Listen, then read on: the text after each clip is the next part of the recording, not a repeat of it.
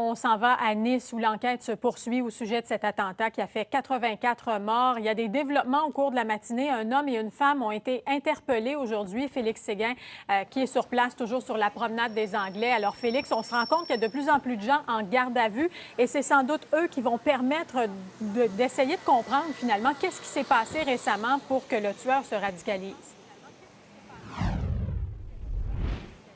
Il y a des avancées très importantes dans l'enquête, Mélanie. Ici, en direct de Nice, je peux vous dire ce matin qu'on vient d'apprendre donc deux choses. Oui, que deux personnes liées à Mohamed Boulel ont été placées en garde à vue, mais aussi que le degré de préméditation de cet attentat au camion de 19 tonnes est peut-être plus important qu'on le pense. Pourquoi?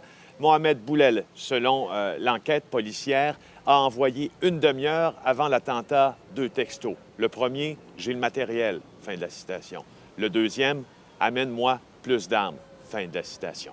À qui sont envoyés ces 2 textos-là? À une des personnes dont on a parlé en début d'intervention, qui sont placées en garde à vue. Est-ce que ça fait en sorte, ça, qu'on est capable d'établir un lien de complicité entre ces hommes en garde à vue et Mohamed Boulel? Peut-être, on verra. Ça serait donc une avancée majeure dans l'enquête de le déterminer. Soit dit en passant, parlant d'enquête, on sait également que Boulel a fait du repérage pendant au moins 2 jours précédant la fête nationale des Français, afin de savoir si, ici où je me trouve, sur la promenade des Anglais, il y avait des issues possibles, afin de savoir planifier la trajectoire de son funeste convoi, pourrait-on dire. Alors, tout ça se déroule, Mélanie, alors que et c'est spécial à dire, hein, la tristesse semble s'amplifier. J'ai été à même de le constater. Je viens d'assister à une scène extrêmement poignante. À quelques mètres de moi, il y a un homme qui était blotti presque dans un petit buisson. Et je l'entendais sangloter. Je l'entendais pleurer. Je me suis approché de lui afin de savoir si d'abord il avait besoin d'aide. Et là, il a éclaté en sanglots dans mes bras en disant « J'ai perdu ma filleule. Elle est morte dans cet attentat et j'aurais dû être avec elle pour la sauver. » Sentiment de culpabilité énorme. Un homme en plein désarroi qui ne savait pas où se tourner pour recevoir de l'aide. Il nous a demandé de ne pas faire d'entrevue avec lui à la caméra, mais il nous a demandé « Écoutez, j'ai besoin d'aide. » Alors, on l'a référé à l'hôpital du Lanval où l'aide psychologique se donne présentement. C'est le genre de scène auquel on assiste sur la promenade des Anglais. Voici des témoignages recueillis plus tôt. On est bien triste pour tous ces enfants, innocents. On est très triste, très. On ne sait plus quoi faire, on ne sait plus, on a peur. Moi, je suis venue pour enlever cette angoisse que j'ai. J'ai une angoisse incroyable. Pourquoi on nous a fait ça? Pourquoi?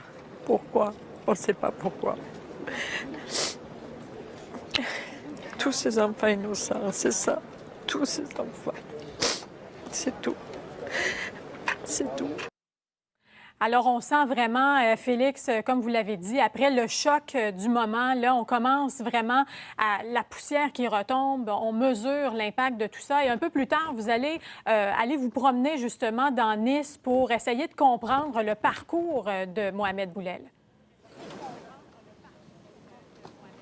Quartier des Abattoirs et Nice-Nord, ce sont 2 endroits où a demeuré Mohamed Boulel. Dans les collines, en fait, là, c'est plus haut, ici, à une vingtaine de minutes de voiture, où il a habité avec son ex-femme, d'ailleurs, qui le décrivait comme étant, enfin, dont les voisins décrivaient comme un homme très violent, voire même fou.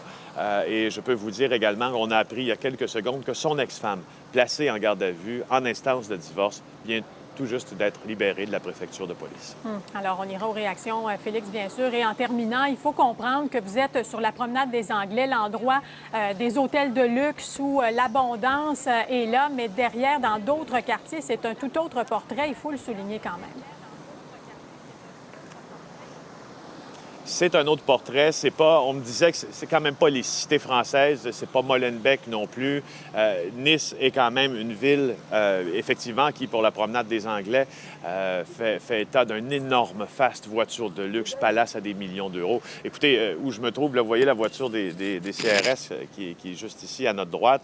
Mais si on se tourne de ce côté, avec un homme qui veut d'ailleurs oui. faire voir à la caméra. Bonjour, monsieur.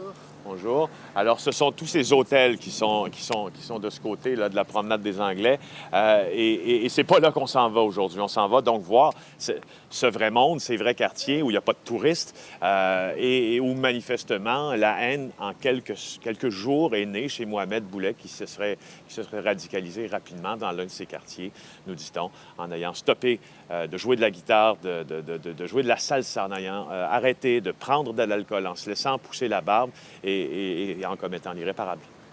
Félix Séguin, en direct de Nice. Merci beaucoup et à plus tard.